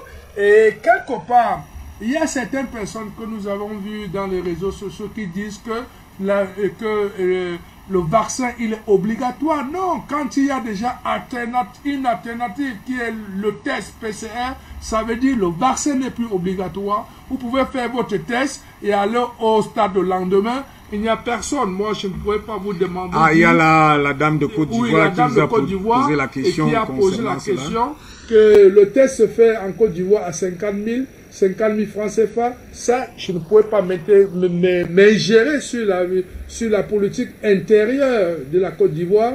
Mais ce qui est sûr, c'est que à l'organisation de cette CAN, le Cameroun, par le ministère de la Santé, a pris les dispositifs requis par la CAF et la FIFA, le vaccin obligatoire, comme ils ont demandé, ou un test PCR, ce qui veut dire chaque Camerounais qui ne se sent pas vouloir se vacciner peut aller faire un test, et s'il est négatif, il est dans le stade, et nous avons besoin d'appeler tous les Camerounais de pratiquer le choix voulu, que ce soit le vaccin, que ce soit le test, le prix, peu importe aujourd'hui. Je pense quand même que le Cameroun a un prix avoisinant qui n'est pas assez cher, jusqu'à 50 000.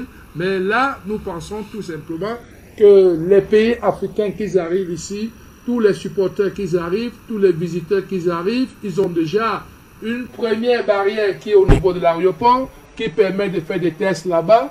Et quand vous êtes négatif, vous rentrez dans la ville, et c'est à vous de vous amuser, c'est à vous d'aller au stade. Et au niveau du stade, on vous demande toujours la présentation de votre test Covid ou bien de vos cartes de vaccination, ce qui est normal. Donc aujourd'hui, maintenant, nous pouvons tout simplement regarder l'avenir en rose pour dire aujourd'hui, l'Afrique est en train de se préparer pour entrer dans ce 21e siècle par la grande porte, par les valeurs qu'elle regorgeait. Grâce à ces infrastructures qui ne sont pas les premiers, l'Afrique est en plein chantier. Le Cameroun en a pris le premier pas, a pris le devant, le bâton de pèlerin pour montrer à tous les autres pays africains il ne faut pas fléchir, il faut rester debout, regardant pour le développement et la sécurité de notre pays. Nous avons des pays amis qui arrivent pour soutenir le Cameroun. Nous devons pour soutenir l'Afrique. Nous devons tout simplement être regardants vers eux et être déterminés sur notre maturité et sens de responsabilité pour savoir que notre pays, partout où nous sommes, ne pourra décoller que lorsque nous sommes tous résiliés derrière nos chefs d'État.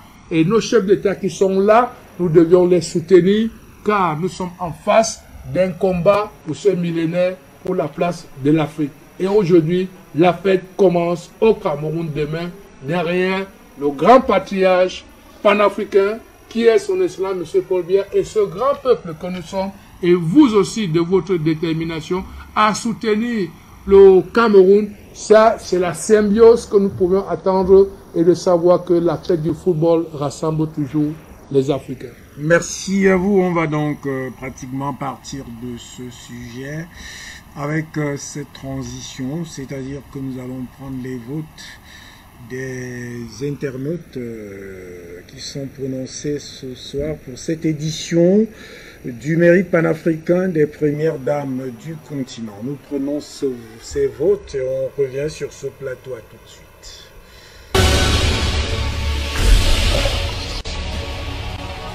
C'est avec les messages Facebook que nous démarrons.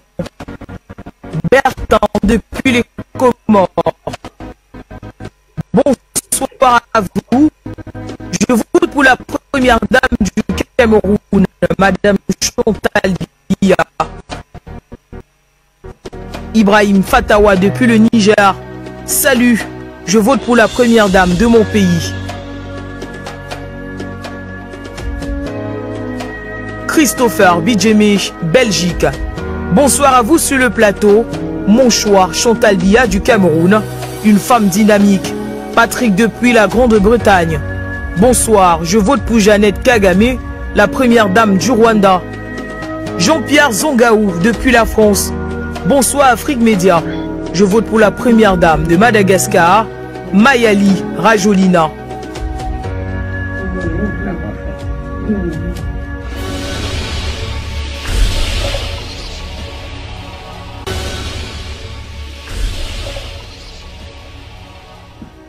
Les messages Instagram. Aboubakar depuis Conakry. Bonsoir la télévision Afrique Média. Je vote pour Malika Issoufou du Niger.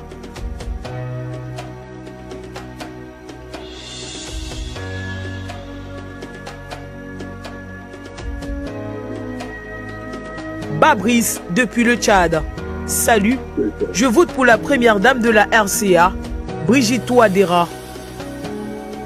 Inès Natacha depuis la France. Salut, je vote pour Mayali Rajolina de Madagascar. Simba depuis le Cameroun. Bonsoir Afrique Média, vous faites un travail remarquable. Ce soir, je vote pour Chantal Biya. Tombette Jules depuis Berlin. Salut, je vote pour Chantal Biya.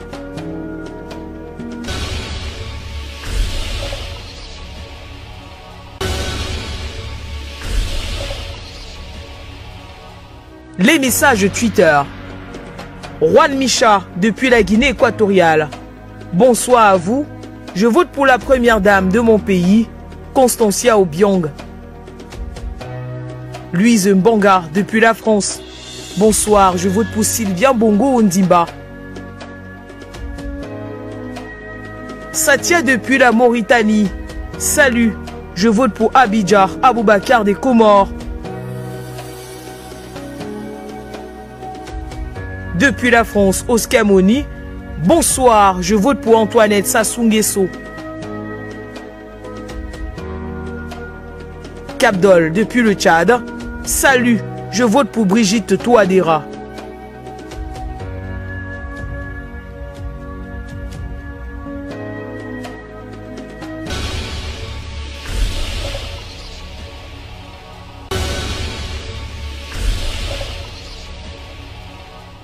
Les messages WhatsApp. Marilyn depuis la France. Salut, mon choix, Chantal Biya du Cameroun, femme au grand cœur.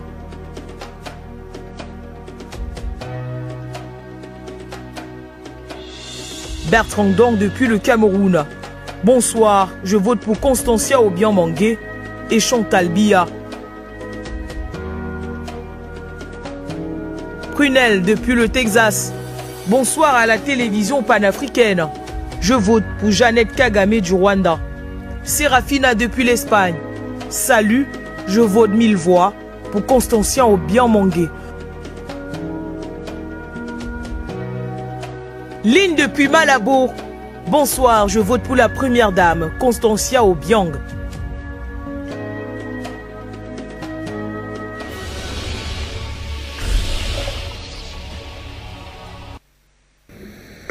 Bien voilà, on part donc de ce sujet avec vous. Un dernier mot, c'est les Saint-Germain. Qu'est-ce qu'on peut conclure demain? C'est la grande fête qui commence. C'est la grande fête. Il y a tout un programme, hein, je ne sais pas, avec le concours de la réalisation, il y a tout un programme que les portes du stade, c'est à partir des 10h. Comment, avec l'arrivée du président de la CAF, les grands points, l'arrivée du président de la République, la parade culturelle, c'est-à-dire cérémonie d'ouverture, et puis maintenant le kick-off. Oui, effectivement, le programme est déjà scellé. Je crois que demain, ce sera l'arrivée de toute cette délégation qu'on a prévue dans le programme. Je regrette un peu quand même l'absence du président de la FECAFOOT, parce que je pense que de manière traditionnelle, il y a toujours la tribune officielle, le président de la CAF et le président du pays, de la Fédération de pays hôtes. Bon, malheureusement, cette fois-ci, ça ne figure pas de manière explicite, en tout cas dans le programme. On ne peut pas s'imaginer que Samuel Estofi officiel. soit le président de la FECAFOOT. Oui, mais ce sera officieux dans ce cas-là peut-être. Mais en tout cas, j'aurais bien souhaité, en ce qui me concerne, que ce soit mentionné de manière claire et précise dans le programme officiel. Ceci étant, je pense que la fête sera belle demain, c'est mon sentiment, c'est mon intuition, parce que je crois que le Cameroun a attendu vraiment cette grande fête nationale, avant même d'être africaine, elle est d'abord nationale, parce que 50 ans avant, nous avons eu une CAN, malheureusement, qui s'est soldée par un échec cuisant en demi-finale contre le Congo, avec le fameux arrêt des projecteurs, vous vous rappelez très bien. Et puis il y a eu cette dérive financière qui a valu la mise en prison de quelques ministres. Donc c'est de tristes mémoires. Nous ne voudrions plus revoir ce scénario un peu, si j'ose dire, néfaste en cette année 2022. C'est la raison pour laquelle je pense que cette année sera une année de gloire pour le football africain, qui sera, n'est-ce pas, matérialisée par le triomphe pour la 6e médaille, la 6e étoile comme on dit. Et donc aujourd'hui, tout à l'heure, j'ai écouté le communiqué du président, du directeur général du GSN Bagangélé. C'est vrai que c'est une mise en garde qui valait la peine d'être faite, parce que dans ces événements, comme l'a dit d'ailleurs Dieudonné, il y a toujours des petits délinquants, n'est-ce pas, en ligne, qui se faufilent pour essayer de tronquer un petit peu l'ossature qui a été mise en place. Mais je pense que cette fois-ci, il va falloir que les mesures soient draconiennes pour qu'il n'y ait plus un scandale du style la CAN 1972. Je crois qu'on a tiré une belle leçon de cette CAN, d'autant plus que M. Bagangélé... C'est peut-être pour ça que le délégué général à la Sûreté nationale, on rappelle que c'est lui qui est chargé de l'opération de billetterie, c'est pour ça qu'il a averti... Oui, ça a été confié à la police maintenant, parce que, à la DGSN, parce qu'en réalité, on sait que le scandale de 1972 n'a pas honoré, relevé l'image du Cameroun. C'était un vrai scandale à l'époque africaine, tout le monde s'en souvient. Il y a des ministres qui sont là en prison, alors que les biens n'étaient pas vraiment très très chers. Donc il y a toujours des délinquants virtuels qui se faufilent, n'est-ce pas, dans une grande fête comme ça pour la gâcher. Donc je suis heureux que le DGSN ait pris ces mesures-là de mise en garde solennelle. Et je crois qu'aujourd'hui, l'autre volet, c'est peut-être le pass sanitaire. J'ai entendu dire qu'il s'agissait du pass vaccinal. Non, le président de la République a bien rappelé qu'au Cameroun, le vaccin n'est pas obligatoire. Donc il s'agit bien du pass sanitaire. Ça veut dire qu'un examen diagnostique à l'infection coronavirus par voie nasopharynginée, c'est-à-dire qu'on vous fout un bâtonnet dans le nez, dans la narine, et puis on voit si vous êtes négatif ou positif. C'est tout. Donc il ne faut pas s'affoler plus que ça. Ceux qui voudront aller voir le match vont aller acheter leur billet. On leur fera, n'est-ce pas, un test. Et dans ce cas-là, je pense que les stades seront plus remplis. Okay. Et par ailleurs, j'ai lu que la FIFA voulait contingenter le nombre de spectateurs au stade Olympique. C'est une folie. C'est une grande fête. Le Cameroun n'est pas tant touché que ça par le variant Omicron. Donc il faut bien que les choses soient claires. Le Cameroun est l'un des pays en Afrique, d'ailleurs, les moins affectés par cette pandémie. Moins de 2000 infectés, comprenez? Donc ça veut donc dire que même si on doit continuer à requérir et observer les mesures barrières, ce n'est pas une raison d'empêcher les Camerounais d'aller massivement supporter leur équipe nationale. Et je suis parmi ces fervents supporters, parce que je pense que notre présence sera très importante pour les Lions. Il faudrait les exalter, les galvaniser. Ils le sont déjà, c'est vrai. Mais il faudrait le 12e homme, en tout cas, qui est nous. Nous serons dans les gradins, dans les stades, pour encourager nos Lions, pour nous garder ce trophée continental. Donc je suis ravi par avance que cette fête soit une grande fête pour le Cameroun d'abord, et ensuite pour toute l'Afrique. Merci à vous, Célestin Jamel. Cela nous permet...